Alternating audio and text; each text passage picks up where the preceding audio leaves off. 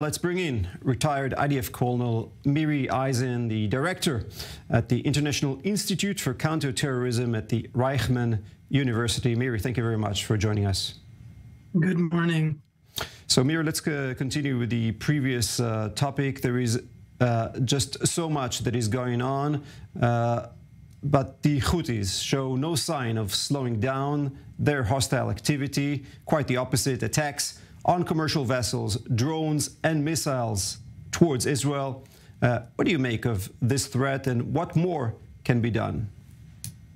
All I'm saying right now is how Iran is not involved, how Iran is using the Houthis. They are a proxy organization in Yemen. They are Yemenite, they are Shiite, they are supplied, trained, and overwhelmingly using all of their different capabilities. How in the world do the Houthis in Yemen have cruise missiles? How in the world do they have the training and the capabilities? All of this goes back to the Iranian regime, to the Iranian Revolutionary Guards, to what they're trying to do. Iran wants everybody to be focused on Yemen, on the Houthis. Iran wants everybody to be focused perhaps a bit less on Hezbollah, but certainly on what's going on in the Gaza Strip. What does Iran not want, Guy? For anybody to notice that this is Iran. And in this case, everything I'm saying when I'm looking at the Houthis has to do with Iran trying to make sure that the focus is not on Iran, even though they are the ones who are completely behind all of these actions. Yes, obviously, Iran will be a hot topic later in the conversation as well. Do stay with us, Miri, because I want to go to our southern border now, where rocket fire has started again this morning. Our Pierre Kloschandler is there in the city of Sderot. Pierre, more rocket fire, and we can see plumes of smoke just behind you. No, we're not in Sderot. We're in the communities facing the central area of the Gaza Strip, and we were on our way to this location near Kibbutz Be'eri, which was the site of a massacre on October 7, and we were caught by the red alert, the rocket launching.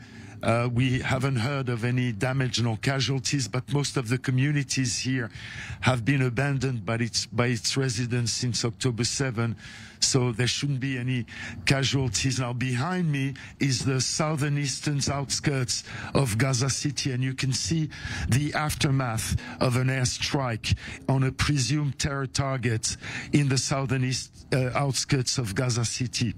You can maybe also see some sort of a flare just near the source of the smoke which is billowing on the sky over Gaza City. And at the same time, we know that the operation is deepening on three focal points. One is the northern outskirts of Gaza City in the Jabalia refugee camp. Then on the southeastern outskirts of Gaza City in Shejaiya, with fierce fighting, with battle-hardened battalions that, according to the Minister of Defense, Yoav Gallant, is on the verge of collapsing, as 500 Hamas terrorists and Palestinian Islamic Jihad terrorists have surrendered in the past month, 140 of them since the renewal of the ground offensive after the breaking of the ceasefire on December 1st. And the third focal point is further south in the city of Khan Yunis, which is encircled, and at the same time which is being under operations in the heart of Khan Yunis, within Khan Yunis. Yesterday, the head of the Shin Bet, Ronen Bar, and the chief of staff went to Khan Yunis, a show of support to the ground troops there. They were inside the city itself with the 98th Division, which gathers all the commando units of the army that are operating in the heart of the city, and they said that the offensive is deepening both above ground and underground, as according to Ronen Bar, the head of the Shin Bet, this is a war of tunnel shafts with thousands and thousands of tunnel shafts which need to be neutralized. Guy? Yes, and Pierre, we can hear very well on our screens and the very heavy shelling of the IDF just behind you, so that action is very clear there. We are seeing some IDF casualties on a daily basis, although the IDF is moving strongly in those strongholds. Talk to us about those threats that the troops are being faced with, both the terror tunnels, but also explosives that those Hamas terrorists have left in the area for them.